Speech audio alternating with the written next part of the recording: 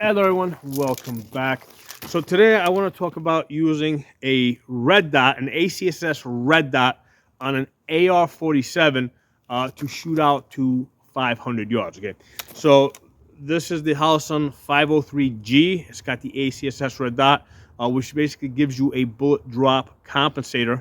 And I'm going to post an image so that you guys can see what this reticle looks like when you're actually looking through it, okay?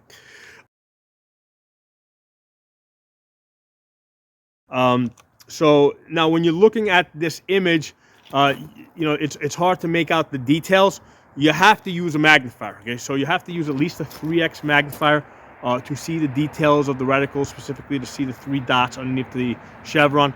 If you're using a 6x magnifier, even better, okay?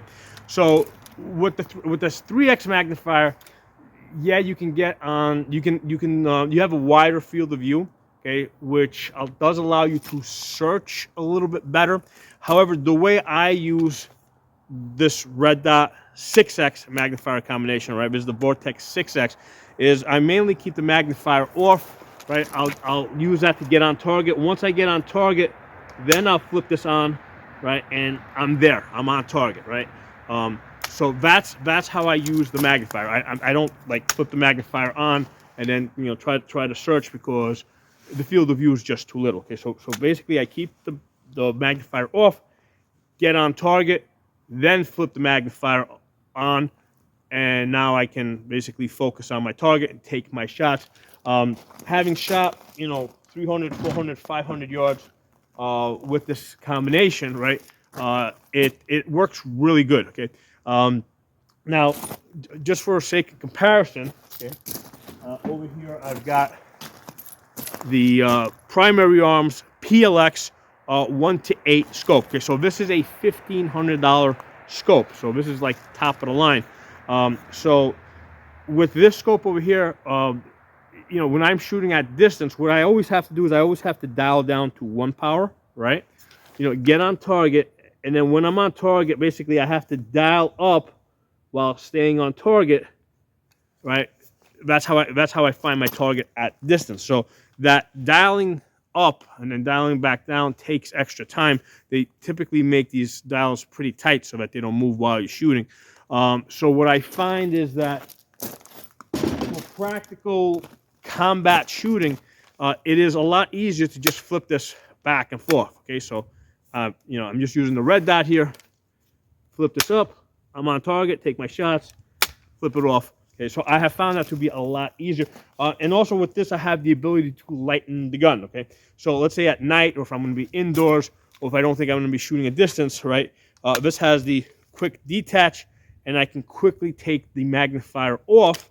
I can't do that with the LPVO, right? I can't lighten up the LPVO. I can't take half of a scope off. Okay? Now, in this video, we're specifically going to be talking about the holding points if you're shooting 7.62 by 3.9. Okay, your typical AK-47 round. I've done a number of videos where I have this combination on a 5.56 gun. Okay, so on a 5.56, first of all, let me show you what the image, the blow up of the image. Okay, so you got your 65 MOA outer horseshoe, right? That's this blue over here. Then you've got your chevron, and then you got your 3 dots underneath. Okay, so when you use a 6x magnifier, it's going to blow up really nice. You're going to, the 3 dots are going to space out. If you're looking at this without a magnifier, like this whole thing is just going to blend. You're going to see almost like an arrow. Okay, you're not going to be able to make out the separation between the 3 dots. So you have to use at least the 3x magnifier, and the 6x is better. The benefits of using a 6x outweigh using a 3x. A lot of times people say, hey, if the 6x is too narrow a field of view, but the thing is, I'm not searching with the magnifier on. I'm just using the 1x to search, to look, get on target, and then I just flip the magnifier over to 6x when I'm already on the target. Okay, so that's an important aspect of using a 6x. So if you have 5.56, right, usually you'll use the tip of the chevron to zero in, let's say, at 50 yards. I'll confirm that tip at at 200 yards, right? So and it's really more important that I confirm at 200 yards. I don't care if it shifts a quarter inch or up or down at 50 yards. So basically, the tip is 200 yards, 0. The legs over here is 300 yards, right? The first dot is 400 yards. Second dot, 500 yards. The last dot is 600 yards. I've tested this thing out to 500 yards using the middle dot. It works really good. It really doesn't make that much of a difference if you're using a 55 grain or a 62 grain or 77 grain. You know, if you're shooting at a man-sized target, right? If you're trying to hit a torso, like if you're shooting, let's say, a 55 grain, you might hit here. If you're using a 62 grain, you might hit a little bit lower. To 500 yards, it doesn't make that much of a difference. You can still get on your target and make combat effective hits. And when I test this out, I use basically a 3 foot by 2 foot paper. So I use basically one that's half the size of a man. You don't have to use paper. You can use like a cardboard box. That'll work just as fine. So there's lots of information out there. Lots of guys shoot this with 5.56. But the question now is, what happens when you shoot it with 7.62 by 3.9? So like I said, I did take this. I did have a 2.5 to 20. It was a Night Force 2.5 20 on this AR-47. I did a video with that a couple months ago. Had it out to 500 yards. It was pretty easy to make shots. This gun is extremely accurate, even with steel case ammunition. At 100 and 200 yards with Red Army Standard and Tula White Box, I have hit 1 MOA groups. When I was shooting the 400 and 500 yards, I was getting like 2.6 MOA and like 2.8 MOA. So I was inside of 3 MOA at 400 and 500 yards when there was like relatively low wind. Now, when I went out there and I had this combo on here, right, the red dot with the magnifier, it was a very windy day, right? So I had 2 issues. Because again, I wasn't exactly sure what the holding points needed to be, right, with this reticle using 7.62 by 3.9. So my goal that day was to figure out those holding points. And when I got to 500 yards, yeah, the wind did kind of mess with me. I did a prior video on this because I ended up, like, at 500 yards, I had to hold like almost 3 feet to the left in order to make hits. And it was really hard to tell. Basically, I had to find an area because where I had my target set up, I couldn't see any impacts because of the way the backstop was set up. But I did find another area that I was able to shoot into where I could actually see impacts, and then I could say, oh, okay, great, at 500 yards, this needs to be my hold. Okay, so that's an important part, and that's one of the reasons why you got to have a magnifier so that you can spot those impacts and know what corrections you need to make. And here's the thing, in that same area, if I had done this like in the summertime where the grass was a lot taller, there's no way I would have been able to spot the impacts because like we're in the early spring, grass really hasn't started growing yet.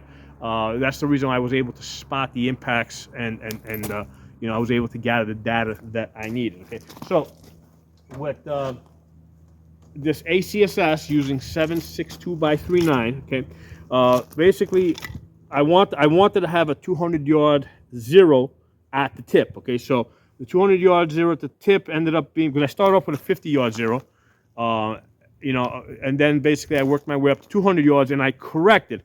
So I got my 200 yard 0, and then I went back and I figured out that, hey, I'm impacting at 20, basically my first 0 is at 25 yards. So if you're using a 25 yard 0, that will get you at the tip. That'll get you very close to a second 0 at 200 yards. At 100 yards, you're going to be 3 inches high. Okay, if you're shooting 5.56, you're only going to be 2 inches high. So with the 7.62 by 3.9, all right, 25, 200 yard 0, you're going to be 3 inches high at 100 yards. Okay, so the legs over here are 300 yards. Okay, so that worked out almost exactly the same way as the 5.56 did. So basically, if I put the legs here at the center, in the center of the torso of the target, that's about where I'm going to impact. Okay, so that worked out perfectly. Okay, at 400 yards, it got a little bit tricky because I had a 3 foot by 2 foot paper, right? So what I did is, when I put that first dot underneath the paper, I was impacting like into the belly area, which I thought, you know, hey, I'd like to have it a little bit faster. I'd like to have it a little bit higher, right? So when I put the dot on top of the paper, I impacted into the high chest area. So if you want to get it perfect, right? Basically, you got to put this at 400 yards. You got to put this dot on the face, okay, in order to impact into the chest, right? Using this 200 yard zero, okay. Now I didn't test 450 yards, okay, but the second dot here would be about 450 yards. I can't tell you exactly where it's going to impact. I didn't do it that day. I went straight to 500 because that's really what I wanted to know. At 500 yards, what I found is if I put the dot on the chest, I impacted right on that same line. Okay, so the third dot, okay, is going to get you perfect impacts. You know, not, you know, I mean, they're going to open up a little bit, but the elevation is going to be there. Okay. So that's how that worked out. Now, again, if I was shooting 5.56, this third dot would be 600 yards, okay? So because we're shooting 7.62 by 3.9, the last dot here ended up being 500 yards, okay? Now, the way this is set up, if I've got at 400 yards, I gotta go face with the dot, okay? At 400 yards, I gotta go face with the first dot, and then at 500 yards, I gotta go chest. An easy way to remember it, because sometimes you can kind of get mixed up which one you gotta go face, which one you gotta go chest. If you just go neck, right, into the neck area, you're gonna get your hits, right? So that's an easy way to remember. If you got this 25 200 yard zero, you know, where you're hitting about 3 inches high at 100 yards. If you aim at the neck, or basically what I would do is if I shoot this again, what I would do is if the paper's here, I would basically split the dot on the top edge. So half the dot's above, half the dot's below, and that'll give me reasonably good impacts, regardless whether I'm shooting 400 yards or 500 yards. Okay, so yeah, this is something I wanted to test out. I knew that it was going to be something like this, but I did have to, you know, go through a little bit of trial and error just to test it. The hard part was the wind, especially when I was shooting the 500 yards, because it was just blowing so hard, and it was inconsistent. It wasn't like the wind, because the wind was actually coming straight in, right? So I had a 10 to, it was at times it was going up to 20, but most of the times it was like 10 to 15 miles per hour shooting straight in. So I had a headwind, right, which is slowing down the bullets a little bit. So if I go on a nicer day, what we might find is that that my impacts might be a little bit higher. So I was shooting into a strong 10 to 15 mile per hour headwind, right? The wind's coming straight in, but then the wind was also sometimes you go left, it would go right. Sometimes it would come in on this side, sometimes I would feel it on this side, and it would just kind of shift back and forth. So you know, and still that was still enough. At 500 yards, it was moving the bullets almost like a full 3 feet. Okay, you know, it was moving the bullets 2 to 3 feet when it was gusting. Most of the time, it was gusting left to right. So what I ended up doing is I ended up taking two papers, 2 foot by 3 foot. So I put two of them side by side. All right, so I actually had 4 foot of paper, and that's how I was able to really I was holding on the top left corner, and then I could see out the wind, depending on how hard it was gusting to the left to right. I could see it would actually kind of drag the bullets towards the right. But at least I figured out what my elevation is. I know exactly what I got to hold to. Now, one of the great things about this reticle, right, is that this horseshoe and this chevron and the 3 dots allow us to do range estimating on a man-sized target, right? So basically, at 100 yards, right, your man is going to stand with his feet at the bottom of the horseshoe, right, over here where the red is, and his head's going to come to the top of the horseshoe, okay? So that's going to be 100 yards, okay? At 200 yards, his feet are going to be at the tip, and his head's going to come to the top of the circle, okay? That's 200 yards. Fuck this wrong. So at 300 yards, your man's going to come up 2/3 of the way, okay? So his feet are going to be at the tip, and then his head's going to come up 2/3, all right? So that's 300 yards. At 400 yards, he's going to come up half, all right? So his feet are going to be at the tip, and his head's going to come up to the halfway point from the top of the circle. Okay, at 500 yards, his feet are going to come to the bottom dot, and his head's going to come up to the legs of the chevron. Okay, so that's going to be 500 yards, and at 600 yards, he's going to be the length of the 3 dots. Okay, so his feet are going to come to the bottom dot, and his head's going to come to the top dot. Okay, so you can use this reticle to range estimate the average size of a man. Now, when you're range estimating a man, and you find that, hey, you're not quite sure, he could be like in between this or in between that, what you do is you go to the closer distance. Okay, so if it could be like either 400 or 500, you go with 400. Okay, if you can be like either 500 or 600, you get a 500. Okay, so you always go to the closer one, because normally we're holding at the chest. Okay, and what happens is if you range estimate a little bit further than he actually is, the bullets are going to go over his head. However, if you range estimate closer, right, and you're aiming at the chest, well, if you're off, then you're just going to impact a little bit lower. You're going to impact into the hip. Okay, so if it, because most of the time when you're range estimating, especially if the target's moving, you're going to be like, okay, it could be this or that. You're going to favor closer rather than further away. Okay, so so that's those are the holding points on the ACSS red dot using the 7.62 by 3.9. Okay, so drop some comments. Let me know what you guys think. I'll talk to you soon. Hey, the other thing I forgot to mention is that the tip of the legs of the arrow, okay, that's your 5 mile per hour wind hold. Okay, so if you know that if you have a consistent, let's say 5 mile per hour wind that's left to right, that's what you will hold on. Okay, you can hold on all the way down. Now, if it's double, if you think it's 10 miles per hour, you would just double that. Okay. Realistically, most of the time when you're shooting, the wind is just going to be so inconsistent if you got wind that you just kind of like have to make your best guess, because like I said, in my case, it was kind of like going back and forth, and it really helps if you can spot the impacts. Shooting the 500 yards, okay.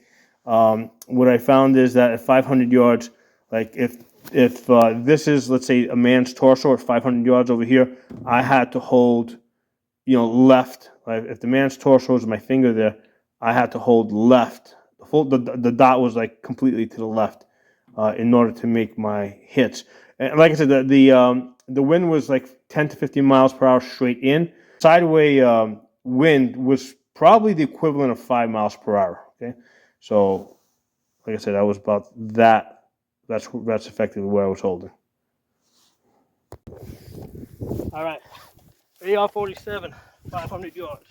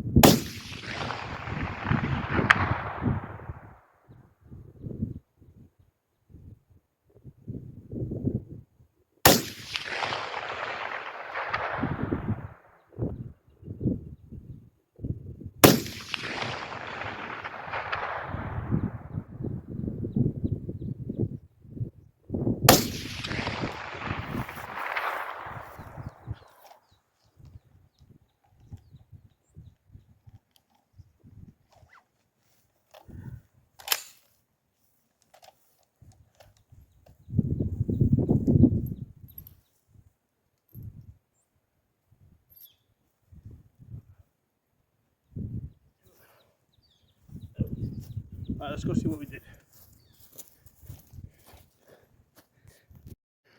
All right, so shot 5 shots, 500 yards, 7.62 by 3.9, using the third dot, holding outside the paper all the way up here. Okay, and we got 3 hits. 1, 2, 3 over there. Now the wind was very inconsistent. I think the 2 of the shots probably went in here. I think I heard a ding. I might have actually clipped the pole over here. So it's like the wind is like going on and off, on and off. I mean, I have a really strong headwind that's like 10 to 15 miles per hour. And then sometimes that applies to sideways first. Like sometimes I'll feel it left. Sometimes you'll give me like, it's 10 to 15 miles headwind, but then it'll go back and forth between pushing a little bit to the left, a little bit to the right. I would say the sideways pressure is like 5 miles per hour on and off. So yeah, I mean the wind is the real struggle today. But I did figure out my elevation now. Okay, so I know for sure that with 200 yard zero, 762 by 39, third dot underneath the top of the paper. Now, because of the headwind, chances are, like if I have no headwind, it might rise a little bit. So that's something I gotta test on a different day when I don't have a headwind. But yeah, I mean, we can definitely put effective fire at 500 yards with this red dot. Now, I have shot this with a scope on it. With the scope, I got a really nice group. I think it was on a day that wasn't windy, so I think I got like a 2.6 MOA at 500 yards with same ammunition, Red Army standard. So the issue today is really the wind more than anything else.